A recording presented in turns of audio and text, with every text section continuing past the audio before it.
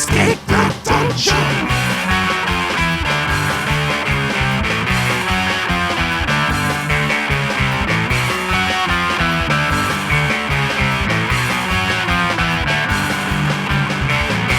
Hello everybody, this is Escape the Dungeon, the podcast where we ask you to join us as we explore the world beyond the world's oldest role-playing game.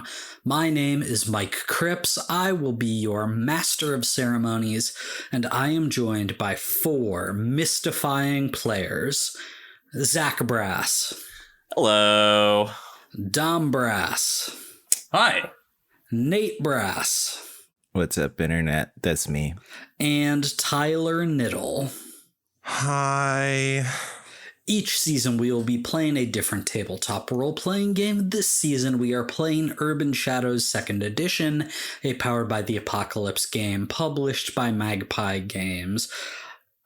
Fellas, before I can go any further, there's just something I need to acknowledge. This isn't like what I want to do the extended opening banter about, but like I just need to say something before we get started. We accept your apology. I don't. This morning I spilled an entire cup of iced coffee all over the place, and I got super upset about it. That sucks. It really did suck. I was just not careful enough as I was placing it on my desk, and it just toppled over, and like it got everywhere. Just iced coffee everywhere. I'm so sorry. Pour one out for the homies. I think I'm gonna be able to pull through and record this episode, but like, I mean, the energy might just not be there today, and if that's the case, I'm sorry to you guys, I'm sorry to the audience, but most of all, I'm sorry to myself. I'm sorry too. But guys, there is something I actually wanted to talk to you about. I want to get your take on something. I think it's fun sometimes when this conversation is just, here's a new fact I learned. What does everyone think about it? Okay. So you guys have heard of the Pulitzer Prize, right? Oh, Never. yeah. Yeah. It's a big one. Ooh. It's an important one. I wonder where this is going. Is it like the Oscars? It's basically the Oscar. It's basically the Oscars. But here's something I did not know until recently, when there was, I guess you could say, a controversy. Okay. But here is how the awarding of the Pulitzer Prize for fiction goes. All right. There's like 2 governing bodies. All right. There's a selection committee that will put together a short list of books that came out in a year that will then present that short list to a second group that actually decide which of those books is to get the award. All right. Here's what can happen when that happens, when that list of books is delivered. The second group or person, I don't know the exact specifics, but they can take a look at that list of books and they can say, this is the one that gets the Pulitzer Prize, right? That's how it's awarded. They can also take a look at that book or at that list of books and say, none of these are good enough. We don't want to give any of these the award. Bring us some new stuff. Okay, and then the first group will go back and find more books to deliver. Sometimes the second group, the one that decides the actual award, says, you know what? Nothing is good enough this year. We are not giving a Pulitzer Prize out this year. Huh. That's kind of fun. Okay. But I think it's fun that they just don't give them. Yeah. Same. I like that. That's funny. I think it's interesting. No one's good enough. We're keeping it. Yeah. But here's what happened this year. Okay. The short list was delivered. The people that review the short list said none of these are good enough. Instead, we are going to give it to this other book that we chose that was not on the list. And My question for you is that bullshit or not?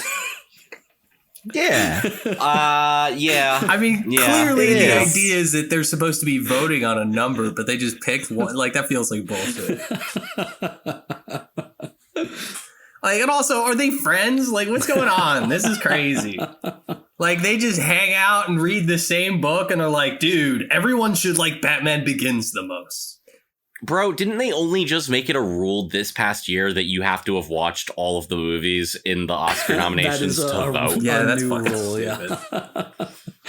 That's so Like, these awards are always so stupid. Yeah, who cares? Do you like it? Yes? No? That's all that should matter. Awards for art. This subjective thing. Fuck you. okay, well, let's be, sometimes it's objectively amazing and sometimes it's objectively dog shit. So it's a little bit more complicated.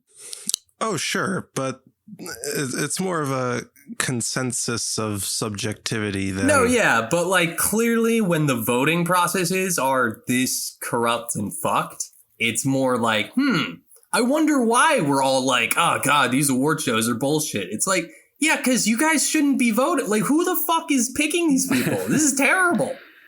I think awards are good. They don't have to watch the movies? Like... And, we're just going to pick our book. I don't know. That seems crazy. That's clearly bullshit. Like, what are you... I don't... Whatever. So I'm thinking with this this new what did you call it, Pulitzer Prize? Matt Parker and Trey Stone should release South Park: The Illustrated Story, so they can get EGOT. Oh yes, so they can get the GOP. Well, they're not quite EGOT yet. I forget what they're Don't missing. they have all of them? Don't think they have an Oscar. They have an Emmy, Tony. Yeah, they don't have an Oscar. That's the one. Oh, damn. Okay. Well, So they should. when the Book of Wow. Mormon is made into a movie and they're obviously starring in it, then they'll get their Oscar There you go. and have their EGOT. We got it there, boys. The book that won the Pulitzer is a really good book. I love it a lot. It's James by Percival Everett. It's like a retelling of the Huck Finn story. And it's a good book. Like, I think if I had just known, this is the Pulitzer winner, I would have been like, yeah, sure, makes sense. But knowing how the sausage is made, it's like, I don't know, man. This is weird. Smells like bullshit. Reads the book. This book sucks. Because I do think we should set a goal for ourselves to be the first Pulitzer Prize winning actual play podcast. I think we could do it. I think so.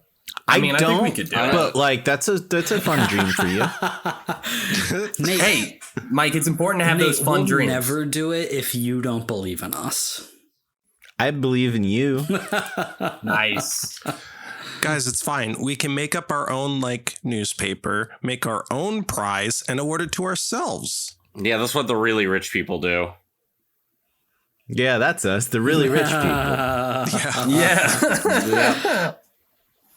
We have to emulate them, right? Isn't that how you get successful? Yeah, I'm pretty sure you just say you're successful, and that's what success is. Eventually, it starts to happen. Speaking of really rich and successful people, I think we should get to our game.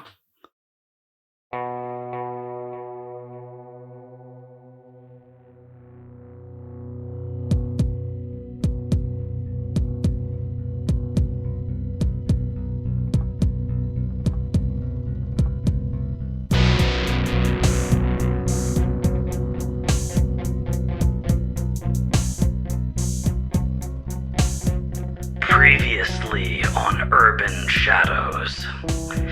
After a brutal fight against Vincent van Gogh and the Red Vineyard Society, Dale Tillman is recovering in the hospital. Hannah, newly reconciled with Dale and newly partially vampirized, has been brought up to speed about everything her husband and his friends have been up to with the supernatural world. Together, they interrogated the head of Vinny, who agreed to give them some of his thralls. Then, Chris got in touch with Adrian, who called her to an emergency election of the powers that be, where Pastor LJ Jr. is the leading candidate. Chris tried to sway the voters to her side, but they were unconvinced. In a fit of desperation, she challenged the pastor to a wizard duel, which is when Abner Thane arrived, wanting to join in.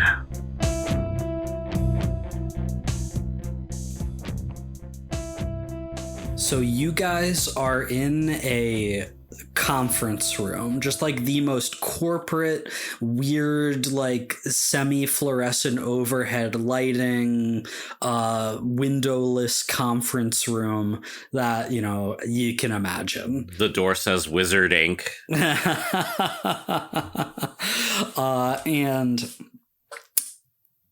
Chris, LJ, and Abner Thane are standing in the middle of the room as the wizards of the powers that be, these like corporate movers and shakers who imagine themselves as the most important and influential behind the scenes citizens in Las Vegas, are drawing runes on the ground, creating a triangle that these three people are standing inside of.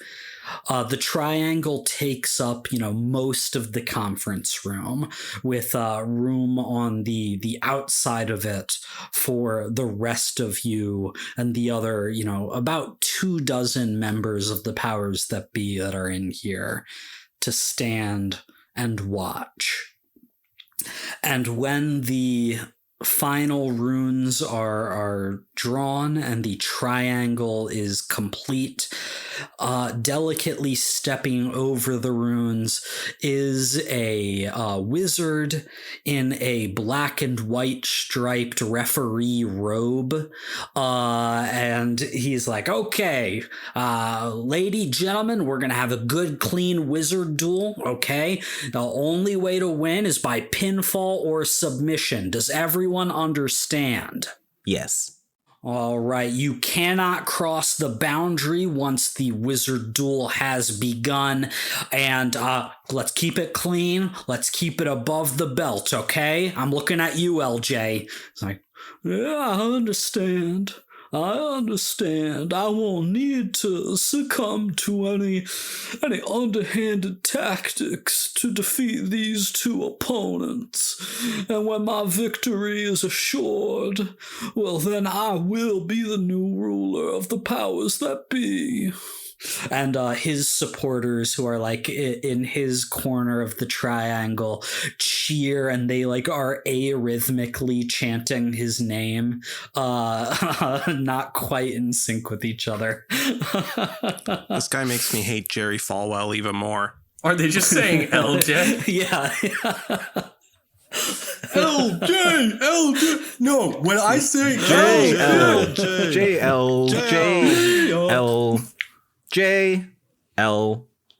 Lig.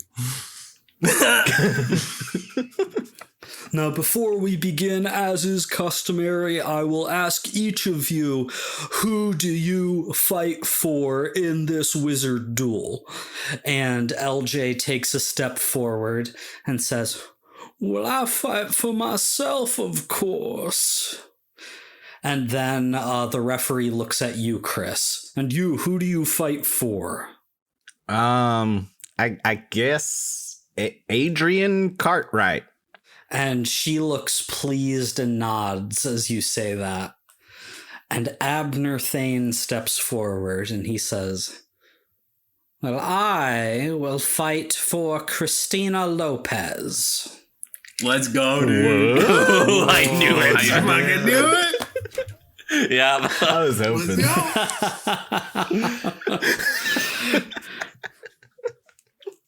And the referee looks confused for a second, but then he nods and he says, all right, understood. With that, and he slams his staff down on the ground.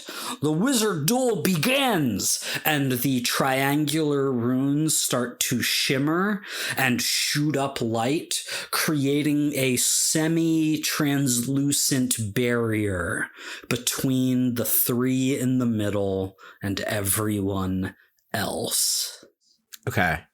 Well, obviously, I'm going to start off with a quick twirl that magically changes my outfit to like a black leather Dommy Mommy Rhea Ripley look.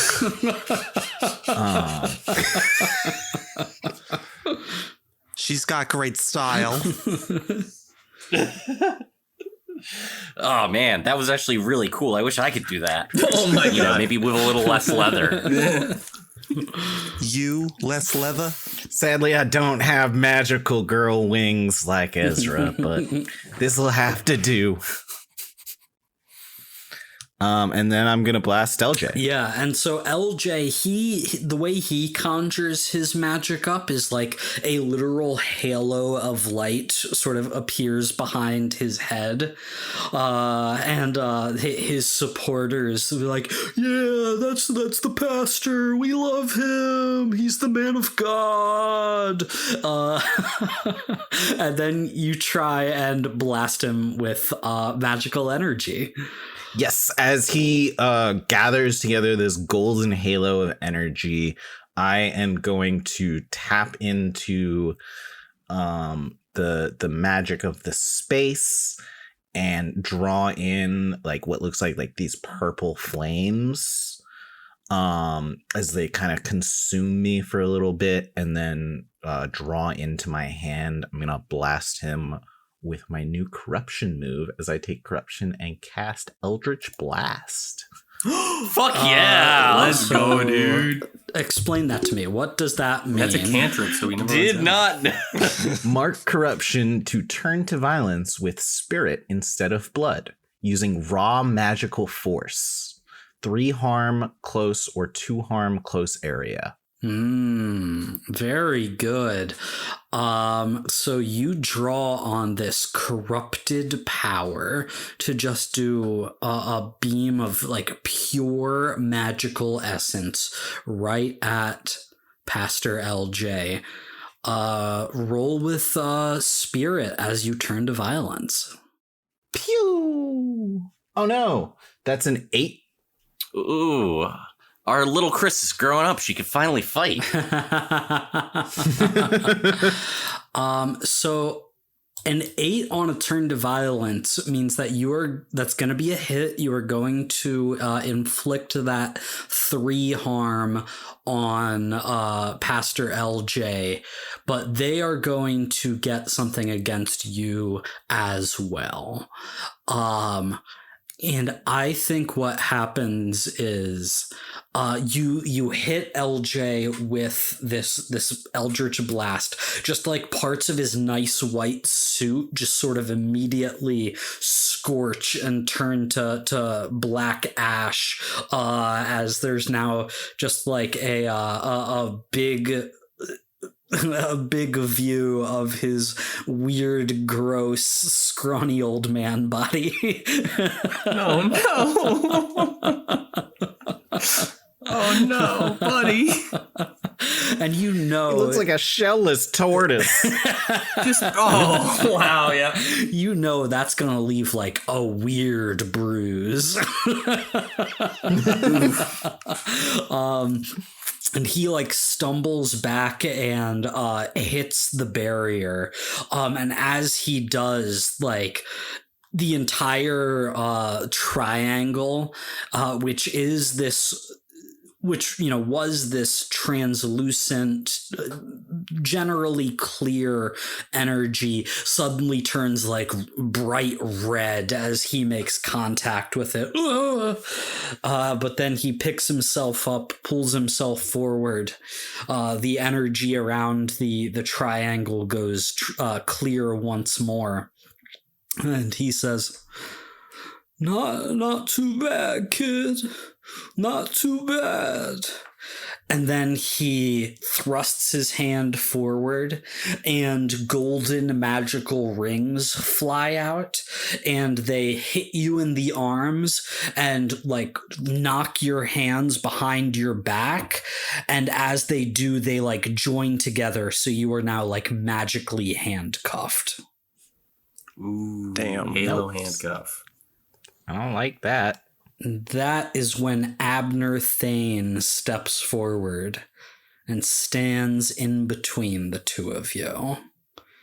His back to you, facing Pastor LJ.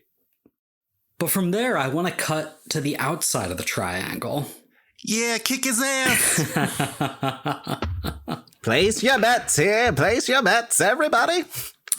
One at a time. Adrian is with the three of you, Ezra, Bobby, and Hannah.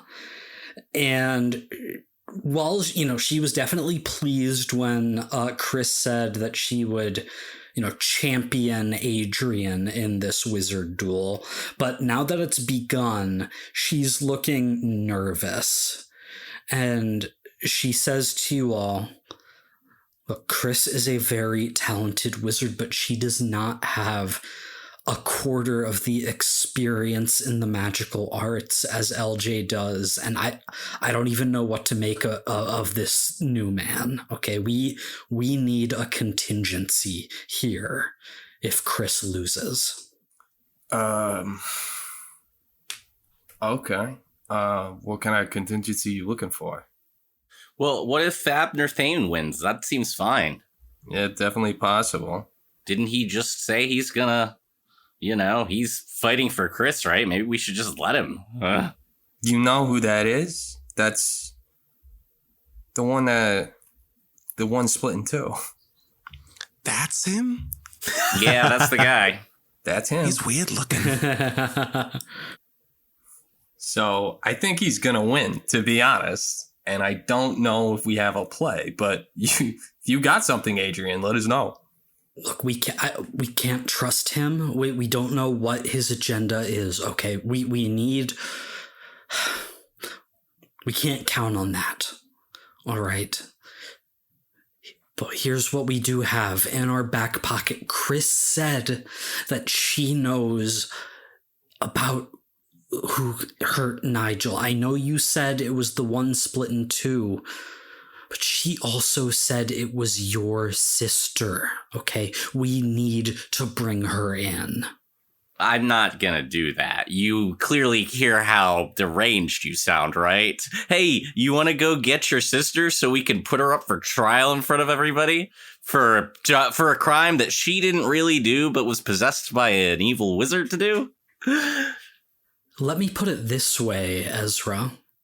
You can get her and bring her here, or I can send all the wizards in this room out into the city to find her for me.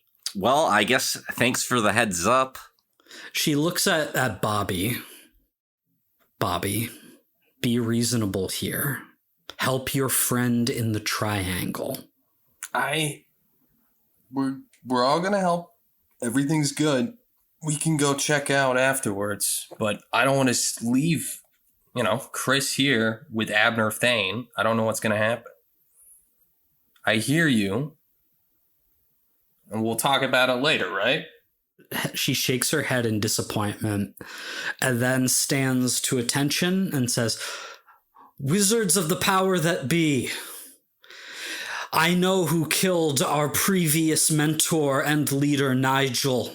It was the sister of this man. She goes by the name of Cassie Fontaine. Find her and bring her to me so that I may punish her for what she has done. Hang on, Adrian! there's an election going on. Not We should cool. wait for the current leader or whoever, the newly elected leader to make that call, don't you think? Isn't it a bit of a power grab to say, oh, well, before I lose all my power, let me just do something and command you all to do something with no evidence? They don't know who you are, Ezra. Some hearsay. They know who Adrian is. This is true. Still, I imagine they should also hear that and be like, wait a second, that's right, she isn't even fighting in that. Consider the history that this faction has, okay? The priorities they have, the powers that be, the people who want to be at the top of the pyramid. So why are they listening to her, some rando who's about to lose office? As I said, there's about 24 wizards in here watching all of this. And they do seem, there's not a single reaction across them to this. But several of them look at each other and nod. And some of them rush to the door. Some of them just teleport out of the room. They are clearly going out on the hunt for Adrian. Oh, fuck. Ezra leaves. Adrian, that was my cheer squad. Now most of the people sorry, that Chris. remain want LJ in charge. Don't worry, I got your back. Okay, I guess I'll go. Fucking, I don't know. I don't want to miss this. You shouldn't. I don't think Bobby would miss it. Yeah, you got this. You're a demon. You'll go kill some wizards. It'll be great. Don't kill my friends. We've seen how squishy Chris is. It probably won't be that hard. Sword's a sword. Ezra, those are most likely to become my subjects. Please stop. Don't kill them. You have to fully I'm gone. Only kill them if I win. Wait. So what are the other three of you doing? Ezra is leaving? Oh, yeah. 100%. Yeah, I left already. Not leaving. Gone. I said fuck and walked away when they all left. Right. Bobby is staying? Bobby is staying. All right, what about Hannah? What's Hannah going to do here? Hannah's gonna stay too. All right, Hannah and Bobby staying to support Chris. Ezra heading off alone to try and find his sister before these wizard bounty hunters do. Yep. Chris. That's me. Inside the triangle, you see that Abner has stepped in front of you in between you and LJ, and he just sort of looks over his shoulder and just says, think you can get out on your own? Get out? Of your current magical restraints. Do try and keep up, dear. Oh, yeah, no, I can do that, yeah, for sure. Very well, and he just stays standing. Doesn't move. His hands are folded behind his back, much like yours are now, though obviously he doesn't have magical handcuffs on. LJ looks a little confused, but he begins to channel his magic again and send another blast out. Abner just quickly flicks his wrist as he dashes his hand forward, and the magic dissipates. Oh no. Oh, look at this guy aura farming. And then he folds his hands behind his back again. What do you do, Chris? I would like to break out of these handcuffs. How can you do that? They really clash with my outfit.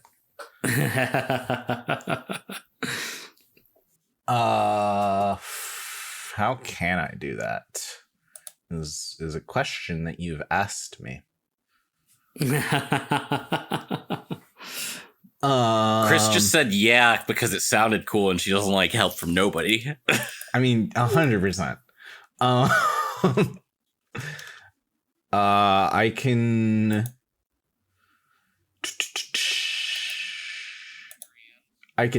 teleport. I don't know if they would teleport with me.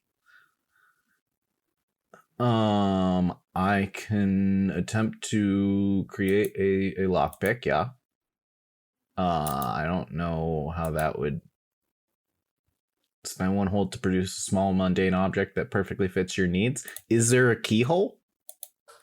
Sure. Yeah, there's a keyhole in the magic energy handcuffs. There we go.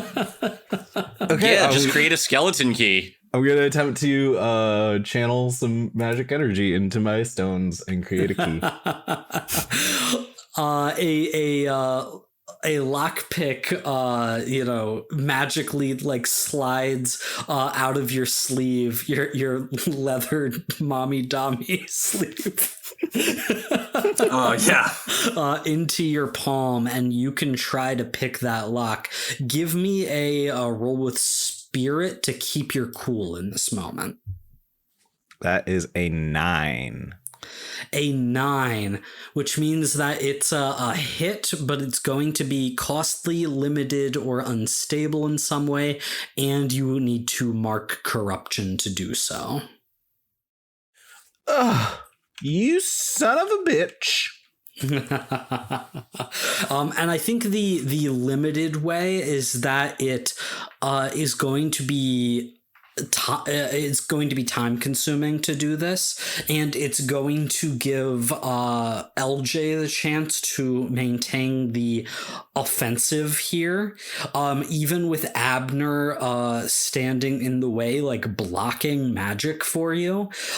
He is like maintaining this onslaught of magic, and he's channeling some of that magic back into himself as he does, and some of that harm that he's taking, that he took from your Eldritch Blast is like healing itself as he casts this offensive magic. Like he's absorbing life force through his magic.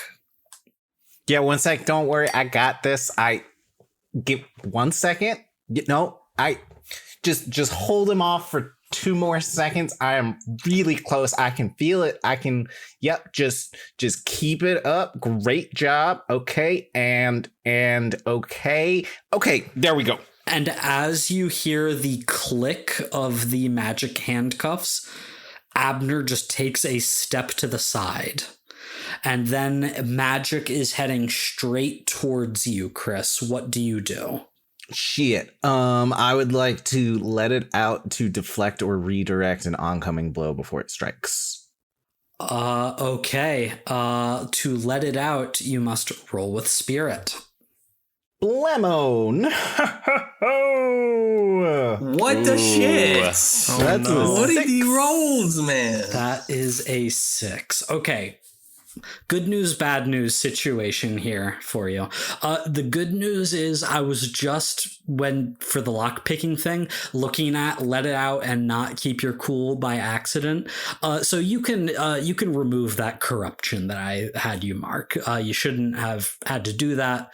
The cost was still just it being time consuming and being in a bad position. Gotcha. Bad news. A 6 on a let it out is a miss. And that magic is just going to hit you directly, knocking you back into the triangle of energy, which again lights up bright, violent red. And I would like you to mark, we'll say that's 2 harm. It's a little less potent as your corrupting Eldritch Blast, but it still hurts quite a bit. Just give up, little girl. You can't handle me. You can't handle Pastor LJ, can you? LJ, you a bitch. Yo. Come on, Chris, kick his ass. Yeah, Chris, you got this. He's stupid. I am trying, okay? Triangles are not easy to fight in, okay? We'll try harder in the triangle. In LJ's corner, one of his supporters is that background extra from the original Karate Kid who shouts, "Put him in a body bag!" This one's for He would Daniel. be on his side. Also, oh shit, Rob Schneider's there going, you can do it! Oh, hey, I'm here too. It's me, Sylvester Stallone. This is Yeah, obviously he was a power. Yeah, I had no doubt. Yeah, for sure. The whole time. It was like, he's a wizard, right? divination Yeah, he's a wizard. Adrian. And Adrian goes, what? And say, oh, no, not you. Sorry. That was so dumb. Okay. and the It most was, but, you know, I ham-fisted appreciate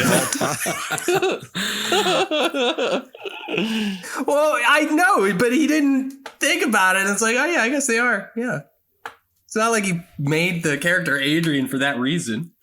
Ezra, you rush out of the convention center. What is your plan here? As I'm rushing out, I'm calling my sister's phone to see if she picks up. Will she answer your call? You two do not have a great relationship right now. We don't, but she should probably think, oh, if this fucking knucklehead's calling me, it's probably important. But to be fair, your siblings, even if you did have a good relationship, would she pick up? Or would she just think, why isn't he texting me? Why is old man calling me? Rings once, immediately hangs up and texts you what? No, yeah, actually, that makes sense. This has happened multiple times. We gotta leave it to a roll of the dice, right? Yeah. We gotta. I don't think there's like a particularly good move for will your estranged sister answer your phone call. Let's make it roll blood. with heart. But we're blood related. Oops. R2d6 plus 1. 8. 8. Okay. That's a limited hit. I think she answers and says, You've got 30 seconds.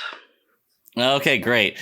Cool. There's a bunch of wizard assassins on their way to kill you, so I need you to tell me where you are so I can stop them. Solid use of 30 seconds there. yeah, efficient. I think the limited success here means I would actually like you to make another heart roll just to persuade her. Oh god. 5.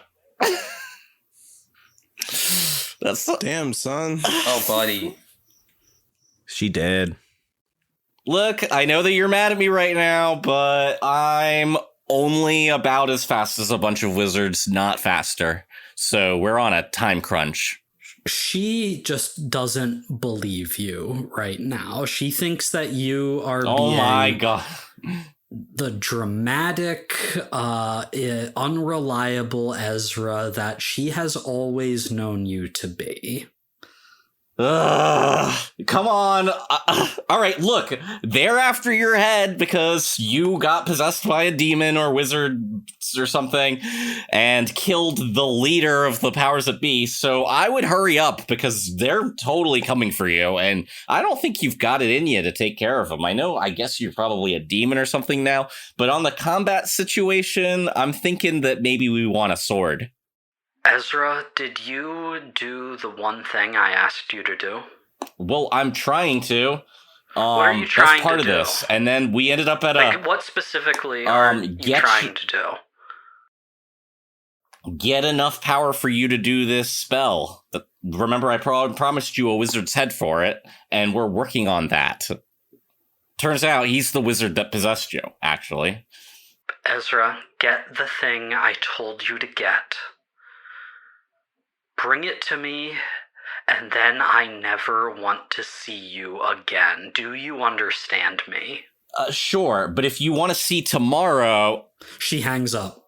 Oh, you need a way to track her down, dude. Yeah, well... Too bad you don't have werewolf senses. Or a tracking spell. Yeah. Yeah, one of those two things would be really useful right now for you. It would be. Yeah. But hey, you've got a sword. Beautiful butterfly wings. Okay, I'm gonna call Bobby. Does Bobby pick up? No, fuck you. Bobby doesn't have Ezra's number saved, so he thinks it's just a random telemarketer. I mean, I rolled a 6 on heart, so... That was the heart on whether or not Bobby had the resilience to not pick up, though, right? Yeah, whatever. Fine. I answered the phone. What's up, Ezra? Did you fix your sister? Hey, no, I need you to help me find her. She's being a bitch right now, and she won't tell me where she is. I don't know. I don't, what if something happens to Chris? I gotta be careful here. She's got a vampire. It's Chris. Chris is always fine. I don't know. I kind of, try to make sure Chris doesn't get killed. It's one of my things I get debts for, so... Well, you could make sure that my sister doesn't get killed, and I'll owe you a debt. Or do you currently have a debt on Bobby? Oh, I do. I'm going to call one of my debts.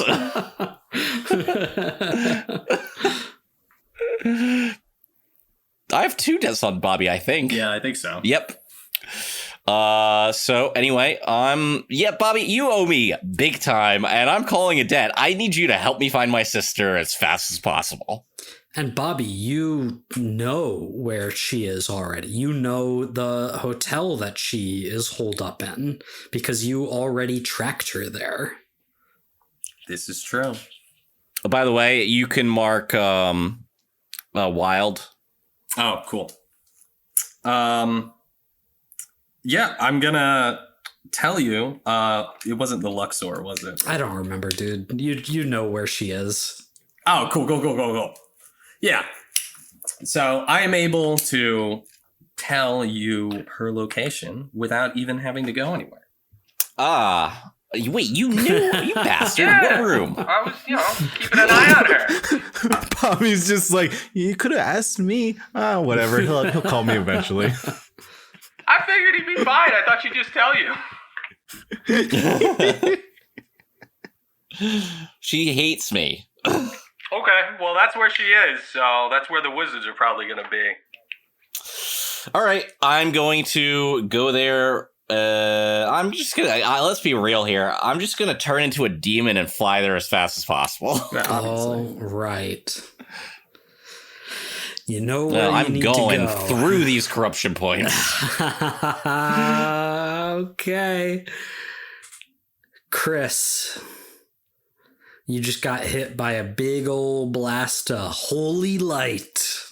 Mm-hmm. What are you doing? Can I do another Eldritch Blast? But this time it looks like when Black Widow does that move where she jumps on someone's face and then flips them over. I feel like that's... Yeah, that classic magical technique. Yeah, you get it. Just so we're all on the same page. Okay, so obviously, or maybe everybody... I ask for the crowd and someone hands me a magical chair that I hit her in the face, hit LJ in the face with. Well, somebody tries to give you the magical chair, but then the referee wizard, he goes and he's John with you a little bit. All right, I'll conjure my own. He takes the chair and he throws it away, and as he has his back to you, LJ comes and just hits you over the head with a briefcase. Briefcase full of money. Yeah, just classic heel work there. I fall flat on my back, but the audience cheers me on as I slowly crawl my way back up to my feet. He's strutting around the triangle, just like egging on the booze from Bobby and Hannah.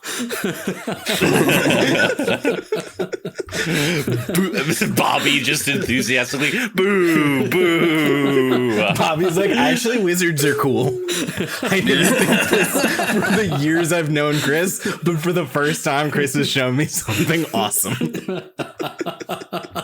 Also, the triangle is covered in regular mundane barbed wire. I forgot to mention that. Bobby is wearing Abner Thane t-shirt merch. You don't know where he got it. He just has it on now.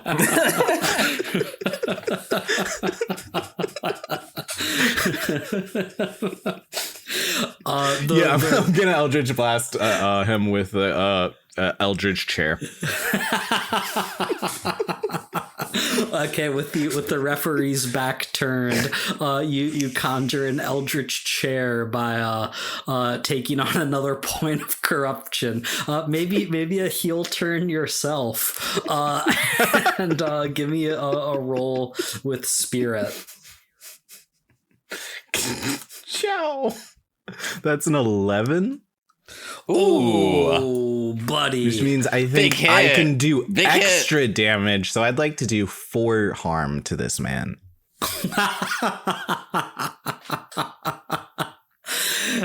That just kills him, doesn't it? You broke his neck, Chris. It's just supposed to be a wizard duel. Yeah, you take your eldritch chair and just do a straight unprotected shot to this old man's head, and he just immediately collapses. That's not below the belt, is it? No, you can't handle the heat, LJ. But you gotta quickly throw the chair away so the ref doesn't see you with it.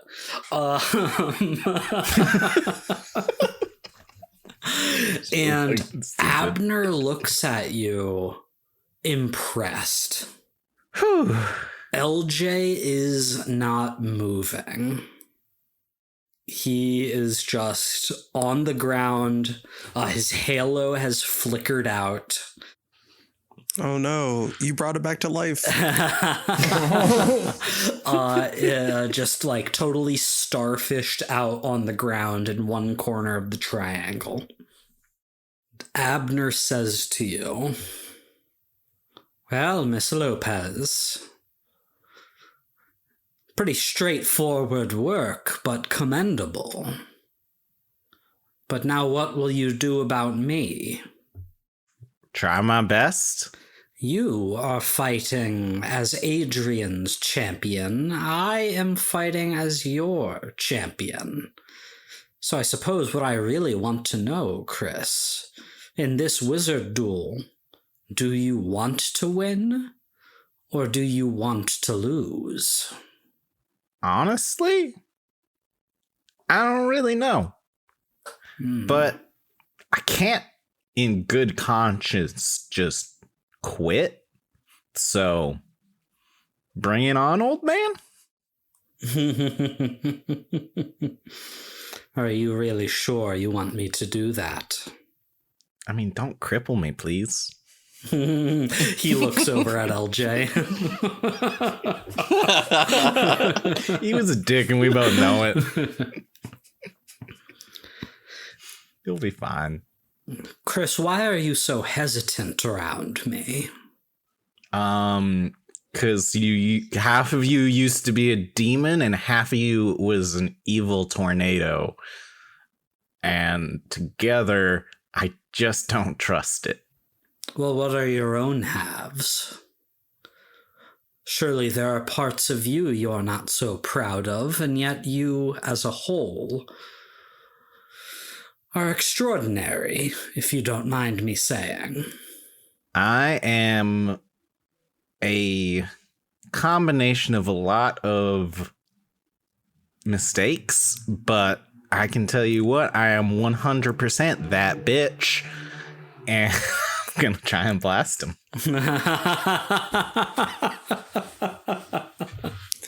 Get his ass! Are you going to tap into this corrupting Eldritch Blast again, or are you going to try something different? Let's try and like outthink him. I want to like make him think I'm going for something simple and then like try and do like a sneaky attack here. Okay. Like I'll flare up some magic power and then like do like a attack from behind. This is one of the things where like, I don't know, the Urban Shadows doesn't give me a ton to adjudicate that with. Maybe a mislead, distract, or trick roll? Well, we'll talk about that in our post-campaign discussion. I kind of don't love that move. I feel like it doesn't really work the way it should. But yes, go ahead and give me a roll with mind, and we'll just figure out whatever happens. Hell yeah. It'll be fun. 8. 8. Okay. You are seemingly able to fool Abner for a moment here. What are you actually trying to do? I am trying to... I think she kind of like flares up some magical energy to draw his eyes in one direction, and then like uses the magic from the stones I have to like teleport behind him and attack him from a completely different area. Ooh.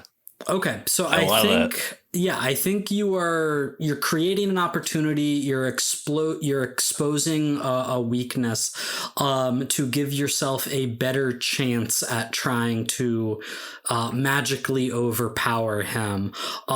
He's not going to be able to directly react to whatever you want to try and do next. And then I'm gonna try and I think knock him into the wall. Yeah, just physically like push him. Yeah, physically tackle him, like not a magical attack so much, because it's like kind of using the fact that it's not magical as part of the trick. Yeah, I love it. Makes a ton of sense. Give me a roll with blood as you turn to physical violence. I get like a +1 for that because of my great trick. Yeah, I'll give you a +1. I'll give you a Thanks. +1. I appreciate that. I'm not bloody. 11. 11. Wow. Yeah, you just tackle this 200-year-old man right into the magical triangle barrier. What are you trying to do here? You want to inflict terrible harm? You want to take something from them? You want to create an opportunity? Is he holding any magical keys or something that I can take from him? He's not holding any keys, but you know what? I'll say, if you want to use this moment to like sort of sleight of hand something in his pocket away from him, you can. Yes, that is 100% what I would like to do. And that is what you do. You don't even like fully recognize what you have in your hand. It's just like a metallic cylinder. But you are able to, as you tackle him, grab that from his coat pocket, shove him into the triangle, and pocket that yourself. And he doesn't even know you've done it. We'll talk about that a little bit later, Chris.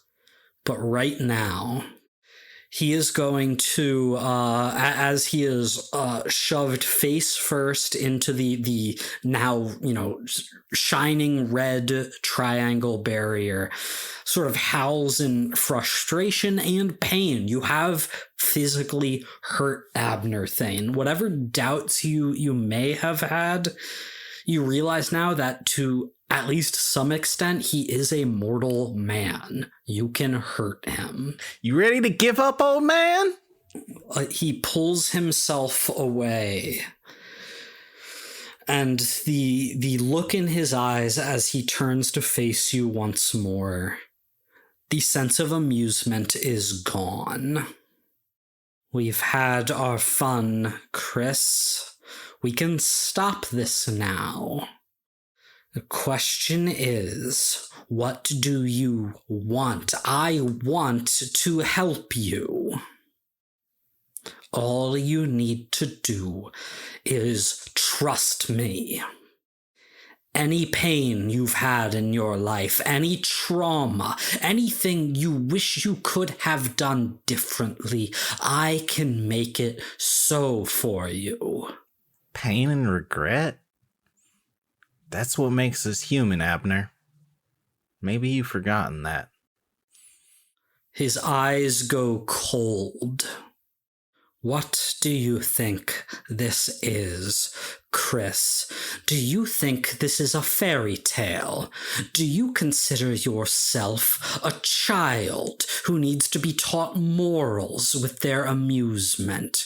Do you think I am some big bad wolf eating up infants in the woods until some brave woodsman comes to split my stomach open with an axe? Is that what you believe me to be? I don't know what you are. Why don't you show us?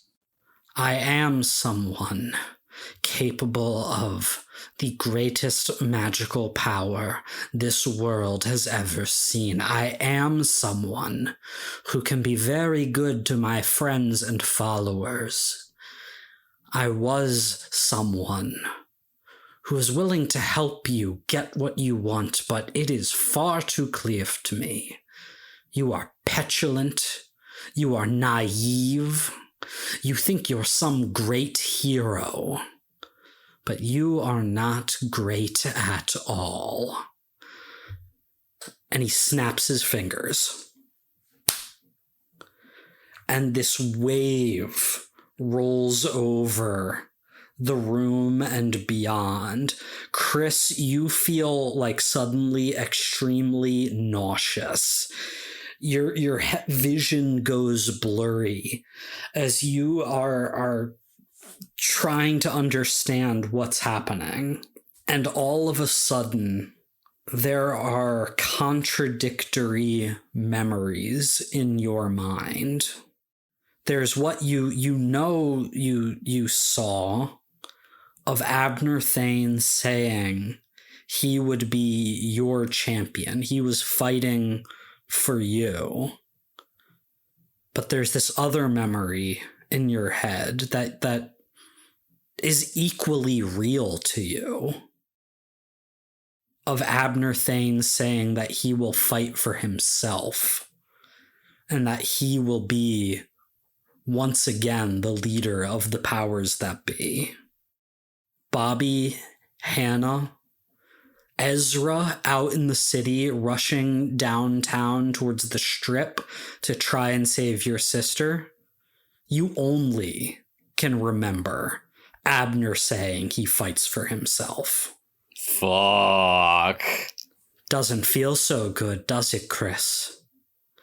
I just rewrote 2 minutes. And you can barely stand. You can barely think. The reality rewriting itself, it's almost tearing you apart, isn't it? Imagine that happening to your entire life. Imagine what that would do to a person. What has happened for a reason. You can't change the past, Abner.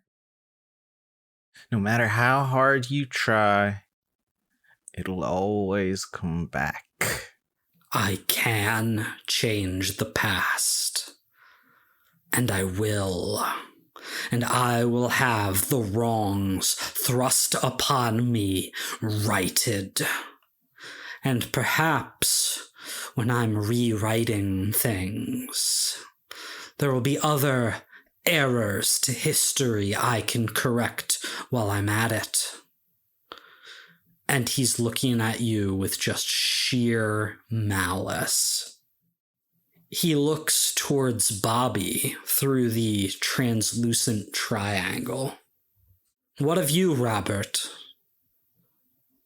Is our deal still standing? Do you still want my help to fix what was done to you? Yeah. I still need help. He reaches through the triangle, this barrier that is supposed to be impenetrable. And as he does, it shatters into like stardust, shimmering in the air and then fading into nothingness. He's offering you a handshake, Bobby. Oh, fuck me, dude. Yeah, shake his hand. You gotta do it, dude. And as he takes your hand, Bobby, he snaps his fingers, and Bobby and Abner Thane disappear. Fuck. What the fuck? The referee wizard is like looking all around, and he's like, I guess that's it. I guess Chris wins for Adrian. Yeah, Chris wins for Adrian, everybody. Chris wins for Adrian. And he like slowly gets people applauding. And Adrian looks baffled, but then that baffled face smiles. And she says, "Okay, very good, Chris. Now let's get justice for Nigel." And I want to cut over to Ezra arriving at the hotel you know Cassie to be staying in. Okay. I'm going to look around. Well, I'm going to try and, keep an eye out for wizards while heading towards her room, I guess, because I'm assuming that maybe one of them got here quick. Maybe one of them did get here quick. But here's the thing. In a city like Vegas, anybody could be a wizard.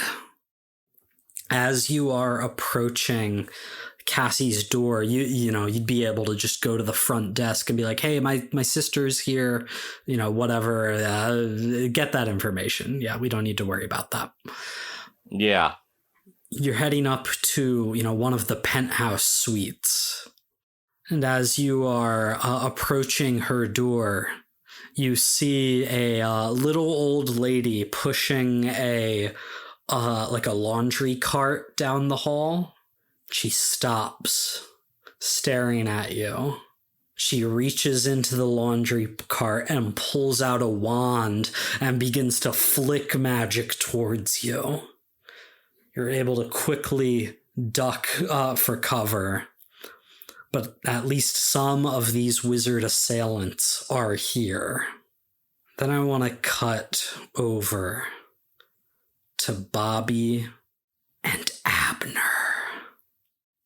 Bobby, you have appeared once more in that room that you have seen Abner in previously. This like very old looking stone-walled, dirt-floored church house, maybe. There's always a cross on the wall.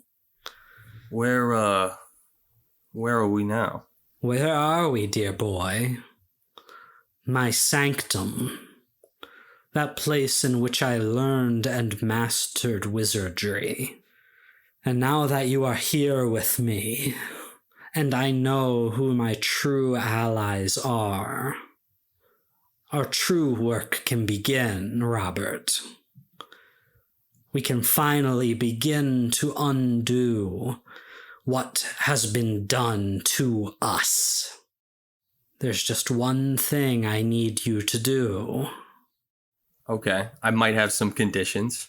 This is not the time for conditions, Bobby. This is the time for faith. Have faith in me. Because through me, we can get everything we have ever wanted. Okay. I believe you. I just, things got kind of flared up there. I just don't want to hurt Chris or Dale or nothing, all right? Like, I know what has to be done, and I'm not saying people get roughed up, but, like, they don't need to die or anything. Like, my friends are going to be all right? They'll suffer no harm. I promise you. Except that Ezra. You want to harm, don't you? Yeah, I have plans for Ezra, so we'll figure things out. I've gone back and forth, but I'm not as worried. Don't be worried, Robert. Don't be worried, because I have something for you. Something that will help you. Something that will help me. And he gestures out and, like, telekinetically floating through the air. Something you recognize. A package. I took the liberty of getting this for you from your former home. And when you open it up, you see the black sand. Cool. From there, let's go back to the sanctum real quick. Chris and Hannah looking at this metal tube that you pulled from Abner's body. What is this, a prosthetic? Gross when you say it like that. Did I forgot to mention where you pulled it from? that you took from his pocket. And it is a puzzle box kind of thing, right? It's got these interlocking, twisting parts. But you experiment with this tube. And with the help of Hannah and Celeste and your gargoyle assistant, you are eventually able to crack it open. See, I told you I was good at these. And inside falls out a few things. A rolled up piece of parchment that looks like it is probably about 200 years old, in which is written what looks to be a prayer. There is a old rusted key, and there's one more thing. There's a piece of fluorescent blue-green crystal that when you stare deep into it, shows you a world beyond this one. A world that, Hannah, you recognize from a dream you had, where Dale tried to save you from what was happening. A crystalline fragment of the dimension of dreams itself, somehow made physical. But maybe you'll learn a little bit more about that on the next episode of Escape the Dungeon.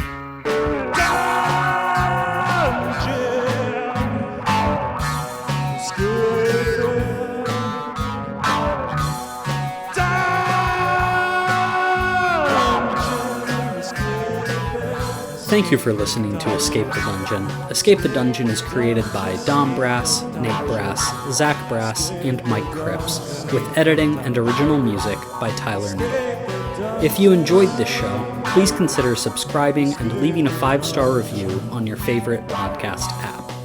To find us on social media, go to escapethedungeonpod.com www.thebrightlight.com.